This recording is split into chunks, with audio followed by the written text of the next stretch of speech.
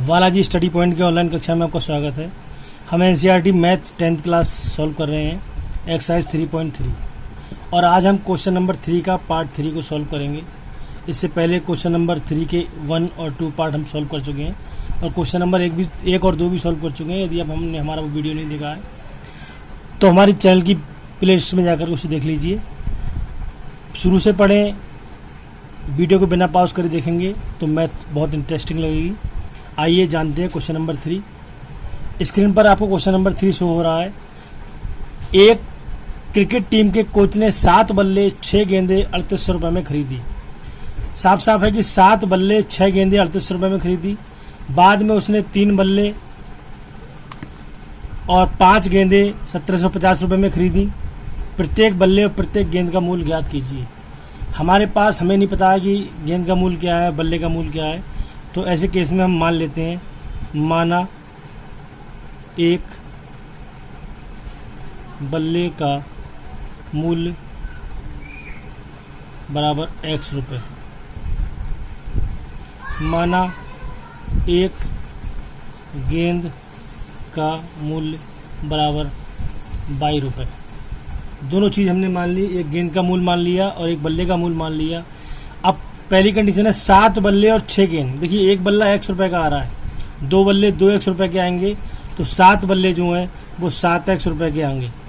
तो प्रथम शर्त है हमारे पास 7 बल्ले हैं तो वो 7x रुपये के हो गए और 6 गेंदें हैं, एक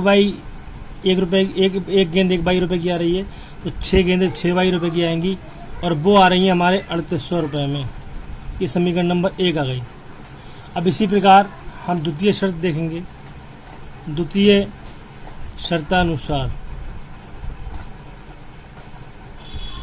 द्वितीय शर्त है कि 3 बल्ले और 5 गेंदें। द्वितीय शर्त है 3 गेंद और 5 बल्ले। 3 गेंदें हो गई हमारी 3x रुपये की, 5 बल्ले हो गए हमारे 3 बल्ले और 5 गेंदें हैं, तो एक बल्ला x रुपये का, 3 बल्ले x रुपये के हो गए, एक गेंद 22 रुपये की है, 5 गेंदें हुई 5 22 रुपये की और मिला के खरीदे 1750 रुपये में। ये आ गई समीकरण नंबर 2। अब हमें इन दोनों समीकरणों को प्रतिस्थापन विधि से सॉल्व करना है। तो प्रतिस्थापन विधि की कई सवाल हम करा चुके हैं इससे पहले। आप शुरू से लेकर एंड तक सारे सवालों को देखिए। प्रतिस्थापन विधि बहुत जल्दी और बहुत सरल तरीके से समझ में आ जाएगी। समीकरण 1 से x का मान y के पदों में लिखने पर समीकरण 1 उतार लेंगे, 7x प्लस 6y बराबर 3800। हमें x का मान निकालना है तो x का टर्म हम इधर रखेंगे और बाकी जो 6y है प्लस का है इधर ले जाएंगे, माइनस का हो जाएगा। हमें x का मान निकालना है y के पदों में, तो 3800 माइनस 6y, इन दोनों के जो गुणा का निशान होता है तो गुणा वाली चीज़ जाती है बटे में। ये समीकरण नंबर हमारी 3 आ गई। अब ये x का जो मान है वो इसे प्रतिस्थापित कर देंगे समीकरण नंबर 2 में, क्योंकि हमने ये मान x 1 से निकाला तो ये वाला मान 2 में रखेंगे। अगर 2 से निकालते तो मान 1 में रख दे, तो x का मान समीकरण 1 में रखने 2 में रखने पर 3x 5y बराबर 1750। देखिए रखिए 3x की वैल्यू है 3800 माइनस 6y बटे 7, 5y बराबर 1750। अब हम इसको सॉल्व करेंगे।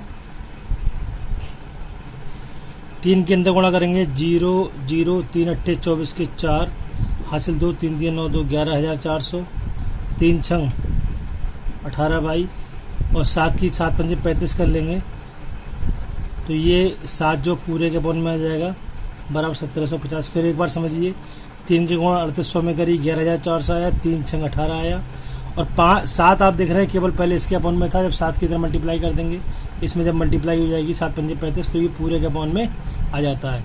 अब 7 को हम इधर लेके जाएंगे, 11400, 35 में से 18 गए, 17y बचे, बड़े 35 हैं, प्लस के बचेंगे, 1750 गुणा 7 17 बराबर गुणा करिए 0, 7 पंजे 35 के 5 हासिल लगा 3, 7 एकम 49 और 3 52 के 2 हासिल 5, 7 एकम 7 और 5 12 और ये 11,400 जो है वो हम इधर ले आएंगे। हमारे पास 17 बाई है और इसे घटाएंगे तो 0, 5 में से 0 गया 5, 12 में से 4 गया 8, 850 बचेगा। अब हमें यहाँ से जब y की वैल्यू निकालनी है तो y बराबर आ जाएगा 850, ये 17 जो अपॉन में आ जाएगा 17 पंजे 85, y का मान आ गया 50। मतलब y की वैल्यू क्या आ गई हमारे पास 50 आ गई। और बाई किसकी वैल्यू थी? बाई थी एक गेंद की वैल्यू। एक गेंद का मूल्य बाई बराबर 50 रुपये आ गया। अब वाई का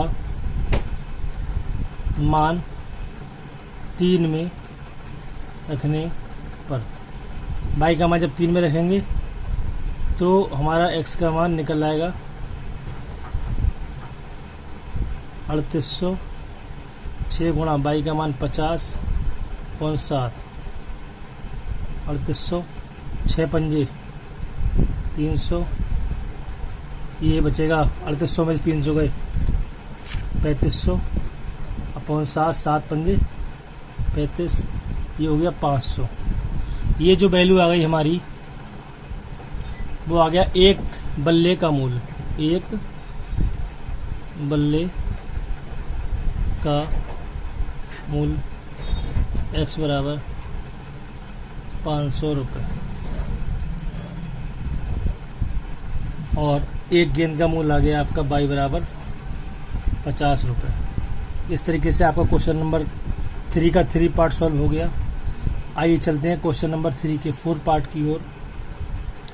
क्वेश्चन नंबर 3 का 4th पार्ट आपकी स्क्रीन पर आपको शो है। एक नगर में टैक्सी के भाड़े में एक नियत भाड़े के अतिरिक्त चली गई दूरी पर भाड़ा सम्मिलित है।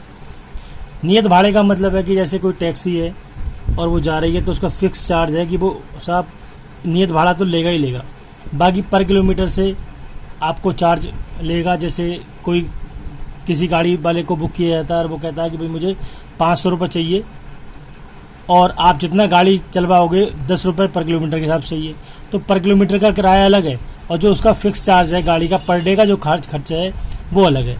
तो हम यह मान लेते हैं कि नियत भाड़ा जो है वो है x रुपये।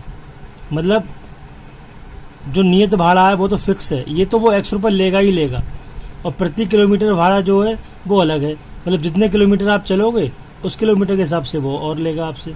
फिर तो किलोमीटर भाड़ा हमने मान लिया 22 रुपये। अब ये कह रहा है कि नियत भाड़े के अतिरिक्त चली गई दूरी पर भाड़ा सम्मिलित है। 10 किलोमीटर की दूरी के लिए भाड़ा कितना है? 10 किलोमीटर की दूरी का भाड़ा वो है आपका 105 रुपये। अब आप देखिए कैसे करके, ये तो फिक्स चार्ज तो वो लेगा ही लेगा, x रुपये तो वो लेगा ही लेगा, प्लस 1 किलोमीटर का 1 22 रुपये लेगा, तो 10 किलोमीटर का कितना लेगा? 10 22 रुपये बराबर 105। ये समीकरण नंबर 1 बन गई। अब दूसरी बात है कि 15 किलोमीटर के लिए भाड़ा 155 रुपये। 15 किलोमीटर की दूरी का भाड़ा बराबर 155 रुपये। अब यहाँ भी वही x तो फिक्स चार्ज है उसका, वो तो लेगा ही लेगा। अब 1 किलोमीटर का 1 22 रुपये, तो 15 किलोमीटर का कितना हो जाएगा? 15 22 रुपये बराबर 155 रुपये। ये समीकरण नंबर 2 बन गई। अब इन दोनों को भी हम प्रतिस्थापन विधि से सॉल्व कर लेंगे। समीकरण 1 से x का मान y के पदों में निकालेंगे। समीकरण 1 से x का मान y के पदों में लिखने पर समीकरण 1 उतारिए। x प्लस 10y बराबर 105। x का मान निकालना है 105 इधर और ये 10y हम उठा के इधर ले जाएंगे। ये समीकरण आ गई हमारे पास 3। जो समीकरण 3 आती है उसको रखते हैं समीकरण 2 में, क्योंकि ये वाली जो निकली है समीकरण 3 वो समीकरण 1 से निकली है। तो x का मान 2 में रखने पर। समीकरण 2 हमारे पास है x प्लस 15y बराबर 155, x प्लस 15y बराबर 155, x की वैल्यू लगाइए 105 माइनस 10y प्लस ये वाले 15y बराबर 155। अब देखिए 10 में से 15 में 10 के तो 5y बचा, 155 और 105 हम इधर लेके आएंगे तो ये माइनस का हो जाएगा। 5y 155 में से 5 गए 50 बचे, तो y इक्वल टू हो गया 50 बटे 5, 5 ढाई 50, y का मान आ गया 10। और y किसका मान था? प्रति किलोमीटर भाड़ा। ये आ गया हमारा प्रति किलोमीटर भाड़ा। अब y का मान उठा के हम 3 में रख देंगे। y का मान समीकरण 3 में रखने पर, समीकरण 3 हमारे पास ऊपर दे रखी है, x इक्वल टू है 105 माइनस 10y, 105 10 और y का मान 10, 105 और 10 में ढाई 100, ये आ गया 5 रुपये। मतलब जो नियत भाड़ा है वो कितना आ गया? 5 रुपये। अब क्वेश्चन के आखिर में दे रखा है कि एक व्यक्ति को 25 किलोमीटर यात्रा करने के लिए कितना भाड़ा देना होगा। तो 25 किलोमीटर के लिए भाड़ा कितना देंगे? x तो फिक्स चार्ज है ही, और 25 22 रुपये और दे देंगे। अब यहाँ x बराबर 5, y बराबर 10 रखने पर रख दीजिए। x का मान 5 आ गया, 25 गुणा y का मान 10 आ गया, 5 25 ढाई 250, 250 से 5 255 रुपये 25 किलोमीटर के लिए उसे देने होंगे। तो इस तरीके से आपके क्वेश्चन नंबर 3 का 4th पार्ट सॉल्व हो गया। आइए अब चलते हैं इसके 5th पार्ट की ओर। क्वेश्चन नंबर 5 स्क्रीन पर आपको दिखाई दे रहा है। यदि किसी भिन्न के अंश और हर दोनों में दो जोड़ दिए जाए तो वह 9/11 हो जाती है। यदि अंश और हर दोनों में से 3 जोड़ दिए जाए तो उसका मान 5/6 हो जाता है। भिन्न ज्ञात कीजिए। तो सबसे पहले हमें मानना होगा भिन्न, क्योंकि भिन्न ही हमें ज्ञात करना है। जो चीज़ ज्ञात करना है वो मान लेते हैं माना भिन्न बराबर x/y। हमने मान लिया कि भिन्न जो है वो हमारे x/y है। ये हमारा ऊपर वाला अंश होता है और नीचे वाला क्या होता है? हर होता है। अब फर्स्ट कंडीशन है क्वेश्चन की कि अंश और हर में 2 जोड़ दिए जाए। अंश और हर, देखिए अंश ये वाला ऐसे में 2 जोड़ दिए जाए और हर नीचे वाला ऐसे में 2 जोड़ दिए जाए तो उसका मान हो जाता है 9/11। अब इसको हम कैंची गुणा से सॉल्व करेंगे। x प्लस 2 की तरफ आ जाएगा 11 और 9 की तरफ पहुंच जाएगा y प्लस 2। तो 11 एकम 11x और 11 दूनी 22, 9y और 9 दूनी 18। अब यहाँ से x का मान निकाल लीजिए। 9y प्लस 18 माइनस के 22 इधर ले आए, 11x और ये हो गया हमारे पास 9y। 22 में से 18 गए 4 बचे, x बराबर हो जाएगा 9y माइनस 4/11। इस समीकरण नंबर बन गई हमारे पास 1।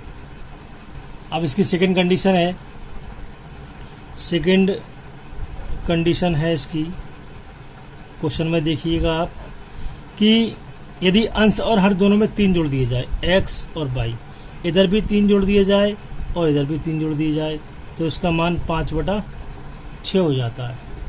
अब इसकी भी हम कैसे गुणा करेंगे? तो x प्लस 3 में 6 की गुणा 5 y प्लस 3, तो ये हो गया आपका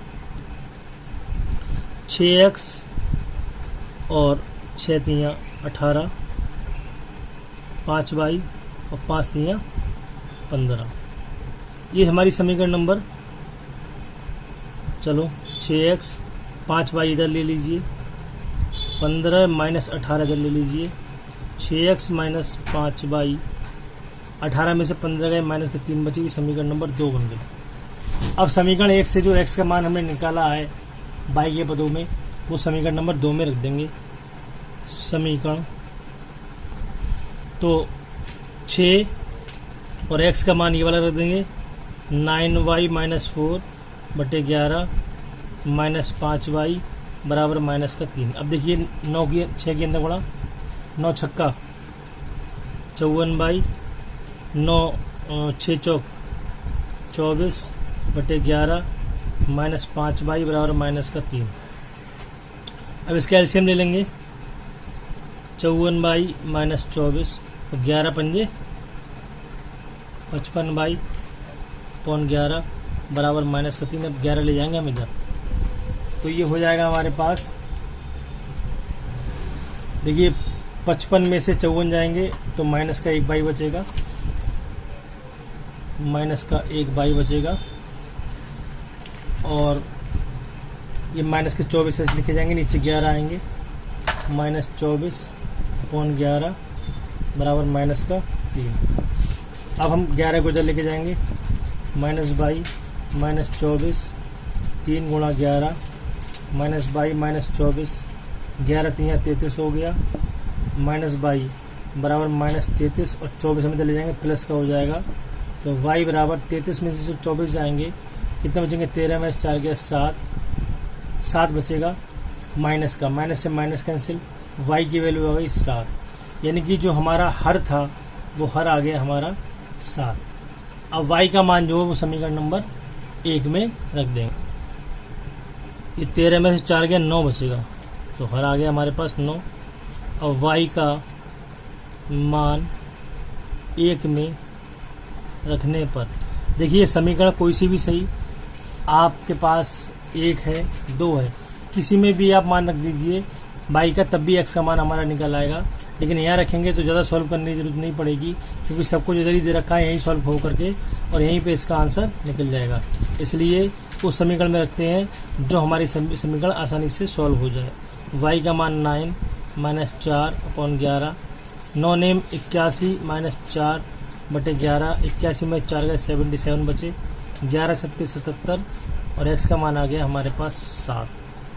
अब x का मान 7 आ गया तो भिन्न आ गई हमारे पास क्या थी, x अपॉन बाई। x का मान 7 आया और y का मान 9। इस प्रकार हमारा क्वेश्चन नंबर 5 जो था वो सॉल्व हो गया। अब आगे चलते हैं क्वेश्चन नंबर 6 की ओर। 6 पार्ट स्क्रीन पर आपको दिखाई दे रहा है। 5 वर्ष बाद जैकब की आयु उसके पुत्र की आयु की 3 गुनी हो जाएगी। 5 वर्ष पूर्व जैकब की आयु उसके पुत्र की आयु की 7 गुनी थी, और वर्तमान आयु ज्ञात कीजिए। तो सबसे पहले हम मान लेंगे जैकब की वर्तमान आयु x है और पुत्र की वर्तमान आयु y है। तो माना जैकब की वर्तमान आयु x वर्ष, पुत्र की वर्तमान आयु y वर्ष। अब 5 वर्ष पूर्व ये कह रहा है, 5 वर्ष पूर्व ये कह रहा है,